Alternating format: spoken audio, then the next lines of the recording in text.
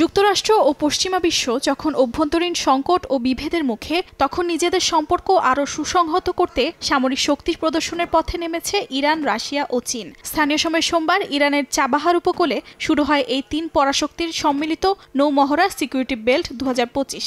মহড়ায় ওমান উপকূলের জলসীমায় বিশাল যুদ্ধজাহাজ মোতায়েন করা হয়েছে।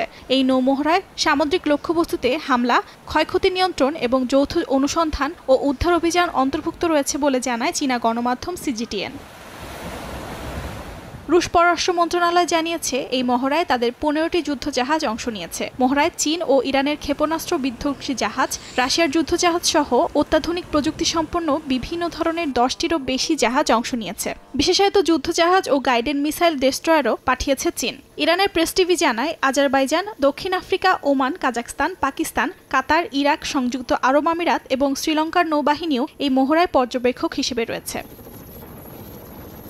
গেল কয়েক বছর ধরে রাশিয়া, চীন ও ইরান তাদের পারস্পরিক সম্পর্ক নতুন উচ্চতায় নিয়ে গেছে। ভূরাজনৈতিক উত্তেজনার এই সময়ে তাদের নৌমহড়া পশ্চিমাদের জন্য নতুন বার্তা বহন করছে বলে ধারণা করছে বিশ্লেষকরা।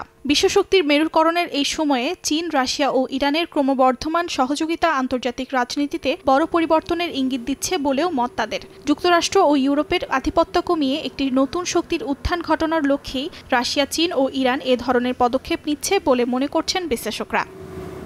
অর্জিতা শেহজিন, সময় সংবাদ।